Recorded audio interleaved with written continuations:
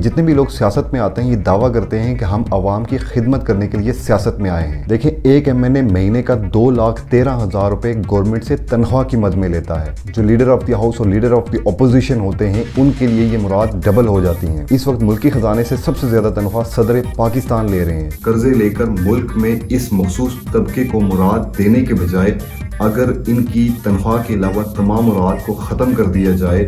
لیکن افسوس کی بات یہ ہے کہ ہمارا ملک مراد دینے کے معاملے میں دنیا کے 5ویں نمبر پہ ہے، جبکہ انصاف ملنے کے معاملے میں ہمارا ملک دنیا کے 139 ممالک میں سے 130ویں نمبر پہ ہے۔ دیکھیں، جب مہنگائی بڑھتی ہے تو اس کا ڈائریکٹلی اثر غریب اور مڈل کلاس لوگوں پر ہوتا ہے۔ ملک کی ایلیٹ کلاس بالخصوص ہمارے سیاستدانوں پر اس کا کوئی اثر نہیں پڑتا۔ یہ جتنے بھی لوگ سیاست میں آتے ہیں یہ دعویٰ کرتے ہیں کہ ہم عوام کی خدمت کرنے کے لیے سیاست میں آئے ہیں، لیکن اس بات کی سمجھ نہیں آتی کہ اگر وہ خدمت کی غرض سے سیاست میں آئے ہیں تو ان کو تنخواہ کی دی جاتی ہے، اور اگر یہ نوکری ہے تو باقاعدہ اس میں کوئی ٹیسٹ کیوں نہیں ہوتا؟ حالانکہ ان کے ماتحت کام کرنے والے تمام بیوروکریٹس CSS یا دیگر ٹیسٹ پاس کر کے آئے ہوتے ہیں۔ دیکھیں، ایک MNA مہینے کا 2,13,000 روپے گورنمنٹ سے تنخواہ کی مد میں لیتا ہے۔ گھر، گاڑی، کوک، ڈرائیور، بنگلہ، اس کے علاوہ بے شمار سہولیات دی جاتی ہیں۔ ایک MNA کے استعمال میں گورنمنٹ کی 4 5 گاڑیاں ہوتی ہیں، اور یہی نہیں، ڈیلی الاؤنس الگ سے ہوتا ہے، اسمبلی سیشن کا الاؤنس الگ سے ہوتا ہے، اور اس کے علاوہ جب جوائنٹ سیشن ہوتا ہے اس کا الاؤنس الگ سے دیا جاتا ہے۔ ان کی دیگر مراد میں ایئر لائن کے ٹکٹس بھی ہوتے ہیں، اگر وہ ٹکٹس استعمال نہیں کرتے تو ان کو کیش پیسے دیے جاتے ہیں۔ اس کے علاوہ ان کی فیملی کی میڈیکل اور تعلیم بالکل مفت ہوتی ہے۔ جو لیڈر آف دی ہاؤس اور لیڈر آف دی اپوزیشن ہوتے ہیں ان کے لیے یہ مراد ڈبل ہو جاتی ہیں۔ اتنی ساری سہولیات ہونے کے باوجود کرپشن ہے کہ ہمارے ملک سے ختم ہونے کا نام ہی نہیں لیتی۔ اس وقت ملکی خزانے سے سب سے زیادہ تنخواہ صدر پاکستان لے رہے ہیں، جو آئین کے مطابق کسی بھی سرکاری ملازم سے علامتی طور پر 1 روپیہ زیادہ لیتے ہیں۔ سب سے زیادہ تنخواہ لینے کے ساتھ ساتھ یہ ساری فیسلٹیز صدر پاکستان کو بھی دی جاتی ہیں، اور یہی صدر پاکستان، پرائم منسٹر یا اور کوئی MNA جب روڈ پہ ٹریول کرتے ہیں تو عوام کا راستہ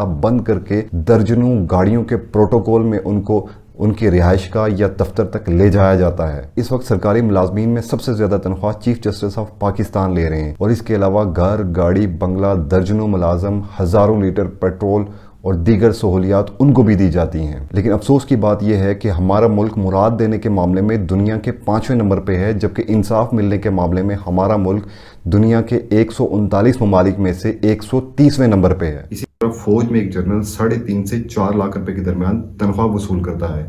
اس کے علاوہ گھر، گاڑی، بنگلہ اور دیگر مراد ان کو بھی دی جاتی ہیں۔ ایسے ہی پولیس ڈپارٹمنٹ میں IG کو دیکھ لیں، 3 سے 3.5 لاکھ کے درمیان تنخواہ وہ بھی وصول کرتے ہیں۔